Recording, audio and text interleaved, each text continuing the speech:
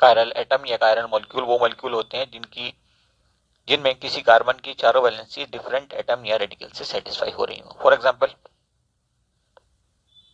हमने लिया ये कार्बन एटम और इसकी चार वैलेंसीज में एक तरफ है हाइड्रोजन, दूसरी तरफ है नाइट्रोजन, तीसरी तरफ है क्लोरीन और चौथी तरफ है ब्रोमीन सपोज। तो ये ऐसा एटम हो गया जिसकी चारों वैलेंसी डिफरेंट एटम से सेटिस्फाई हो रही है, तो इसको हम कहेंगे ये कायरल सेंटर है या कायरल एटम है। क्लियर।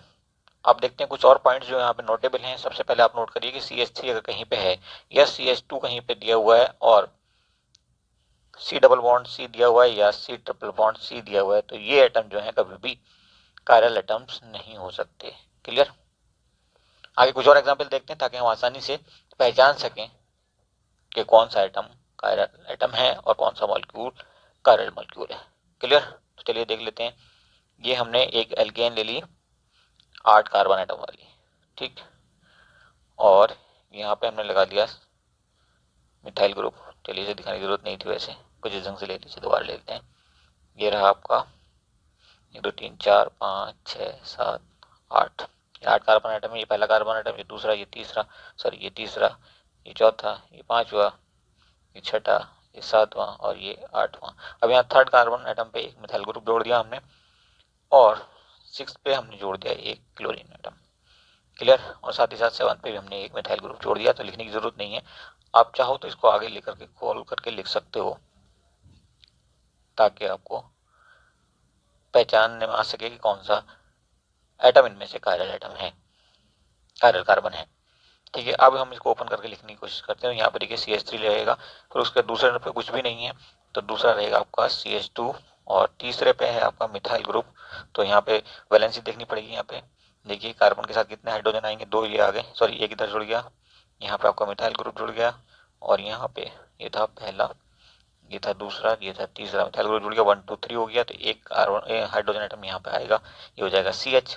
उसके बाद ये आपका है चौथा कार्बन एटम और यहाँ पे कुछ भी नहीं जुड़ा है, तो ये रहेगा आपका CH2। फिर पांचवा देखिए, पांचवे पे क्या जुड़ा है, पांचवे पे जुड़ा है कुछ नहीं, छठे पे जुड़ा है लेकिन, तो ये भी पांचवा भी CH2 रहेगा। छठा आपका रहेगा, छठे पे जुड़ी है क्लोरीन, जुड़ी है क्लोरीन एक तरफ और इधर 7th कार्बन एटम रहेगा। तो 1 2 3 यहाँ पे भी इसी के साथ H जुड़ जाएगा, हम ऐसे लिख देते हैं इसको, ठीक है। ओके। और उसके बाद यहाँ पे 7 पे जुड़ा है आपका मिथाइल ग्रुप और 8 पे जुड़ा है कुछ भी नहीं, तो इसको ऐसे लिखेंगे। अब यहाँ पे देखिए कार्बन की वैलेंसी सेटिस्फाई हो रही है 1 2 3, तो यहाँ पे H और जुड़ जाएगा, इसको भी नीचे ले जाकर लिख देते हैं। ओके। और आगे इसको थोड़ा सा ओपन करते हैं। अब देखिए इसको छेड़ने की जरूरत नहीं क्योंकि ये तो कायरल हो ही नहीं सकता, ये भी कायरल नहीं हो सकता। हमने बताया आपको कि CH3 CH2 कभी भी कायरल नहीं हो सकते, तो एज इट इज लिखा रहने इन दोनों को, CH3 उसके बाद CH2, उसके बाद ये आ गया आपका तीसरा कार्बन आइटम जिसमें मिथाइल ग्रुप जुड़ा हुआ है और उसके साथ हाइड्रोजन जुड़ा हुआ है, तो हाइड्रोजन को हमने नीचे की तरफ लिख दिया और यहाँ पे मिथाइल ग्रुप आपका लगा दिया है, ठीक है। अब उसके बाद फोर्थ, ये तो था पहला, ये था आपका दूसरा, ये आ गया आपका तीसरा, ये आपका चौथा, चौथा में भी कुछ नहीं जुड़ा है तो CH2 एज इट इज चाहो तो लिखा रहने दो या H ऊपर नीचे करके लिख दो। क्लियर, कोई दिक्कत नहीं होनी चाहिए यहाँ तक आपको।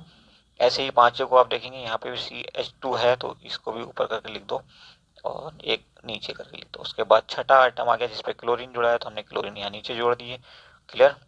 और इसके साथ 2 हाइड्रोजन भी हैं, तो एक हाइड्रोजन आप चाहो तो ऊपर जोड़ दो और एक आप नीचे भी दिखा सकते हो। सॉरी, इस पे एक ही हाइड्रोजन है तो कोई दिक्कत नहीं, इसको हमने ऊपर दिखा दिया है। फिर यहाँ पे आ गया आपका 7th कार्बन और 7th कार्बन को आप देखिए यहाँ पे CH3 जुड़ा हुआ है, यहाँ पे आपका CH3 जुड़ा हुआ है और यहाँ पे आपका H नीचे की तरफ दिखा दिया हमने। क्लियर। अब आप 3 नंबर कार्बन को देखिए, तीसरे कार्बन को अब अगर आप देखेंगे तो इसकी तरफ H जुड़ा है, ये दूसरी तरफ CH3 जुड़ा हुआ है और तीसरी तरफ आपका ये पूरा मॉलिक्यूल जुड़ा हुआ है C2H5। क्लियर। और चौथी तरफ ये आपका CH जुड़ा हुआ है, तो ये एटम आपका कायरल एटम हो गया। तो पहला आपका हो गया C3। उसके बाद देखिए फोर्थ को CH2 है तो इसमें तो कायरलिटी की पॉसिबिलिटी नहीं है। उसके बाद ये भी CH2 है तो इसमें कायरलिटी की पॉसिबिलिटी नहीं है। उसके बाद आप चलिए इस पे छठे को देखिए, एक तरफ हाइड्रोजन, दूसरी तरफ क्लोरीन, तीसरी तरफ ये और चौथी तरफ आपका CH2, तो ये आपका दूसरा कायरल सेंटर हो जाएगा हमारा। तो C3 एंड C6 दो तो कायरल एटम मिल चुके हैं अब तक हमें। अब हम चलते हैं आगे। यहाँ पे देखिए एक तरफ CH3 जुड़ा हुआ, दूसरी तरफ भी CH3 जुड़ा, तो यहाँ भी कोई पॉसिबिलिटी नहीं है कार्यालिटी की। ठीक है, और ये रहा यहाँ तक इसका सवाल है। तो ये तो CH3 है, इसमें कार्यालिटी होती ही नहीं है, क्लियर कट। तो यहाँ पे हमें 2 कायरल सेंटर मिल गए। किसी मॉलिक्यूल में अगर एक भी कायरल सेंटर मिल जाता है तो वो मॉलिक्यूल हमारा कायरल कहलाता है। अब एक और एग्जाम्पल से देखते हैं। अब देखिए ये हमें सवाल दिया, which one of the following does not have chiral atom, इनमें से किसके पास कायरल एटम नहीं है। तो आप पहला मॉलिक्यूल देखिए CH3 CH2 CH2Cl। तो आप जानते हैं ये कायरल नहीं हो सकता, CH2 भी कायरल कभी नहीं होता। अब बचता है ये वाला एटम, इसको सॉरी कार्बन, इसको हम चेक कर लेते हैं। तो इसको अगर हम ओपन करके लिखें तो कैसे लिखेंगे, CH3 और ये CH2 एज इट इज रहने दो। अब ये बचता है आपका, इसके दो तरफ लगा है हाइड्रोजन, तो ऐसे इसको लिख सकते हैं, और एक तरफ लगा है क्लोरीन। अब पहचानने की कोशिश करिए, दो तरफ हाइड्रोजन आ गया, इसका मतलब ये भी कायरल नहीं हो सकता। तो आंसर तो हमें मिल चुका, ऑप्शन ए हमारा करेक्ट है। लेकिन बाकी मॉलिक्यूल्स को भी हम चेक करेंगे ताकि अच्छी प्रैक्टिस हो जाए पहचानने की कि कौन सा मॉलिक्यूल कायरल होगा, उसमें कोई कायरल सेंटर है या नहीं है। चलिए इसको देख लेते हैं। तो इसको भी ओपन करके हम ऐसे लिख लेते हैं, CH3 एज इट इज रहने दो, ये कायरल नहीं हो सकता। दूसरा कार्बन आइटम देखते हैं, ये है CHCl। तो इसके एक तरफ H लगा दो आप, दूसरी तरफ Cl लगा दो आप, ठीक है। और ये जोड़ दो आप, इसको भी ओपन करके लिखो। तो ये हो गया C, एक तरफ H नीचे, एक H ऊपर, और एक जोड़ दो आप Br। तो ये भी कायरल नहीं हो सकता क्योंकि एक तरफ H इधर भी है और इधर भी है। अब आप इसको देखिए, इस कार्बन आइटम को देखेंगे आप, तो ये आपका आंसर हो जाएगा। ये आपका कायरल एटम है, क्योंकि एक तरफ Cl है, एक तरफ H है, एक तरफ CH3 है, और दूसरी तरफ ये वाला कार्बन है, क्लियर। तो ये कायरल सेंटर हमें दूसरे कार्बन एटम पे मिल गया। तो ये मॉलिक्यूल हमारा कायरल हो गया, लेकिन पहला वाला हमारा कायरल नहीं था। अब तीसरे वाले मॉलिक्यूल को देखने की कोशिश करते हैं। देखिए CH3 है, इसमें ये कायरल नहीं हो सकता, ये नहीं हो सकता, इसको चेक करना है। तो पूरे मॉलिक्यूल को ऐसे दोबारा लिखिए, CH3 CH2। अब इसको ओपन करके लिखिए, एक तरफ H लगा दीजिए ऊपर, नीचे Cl लगा दीजिए, और इस तरफ जोड़ दीजिए आप COH, क्लियर।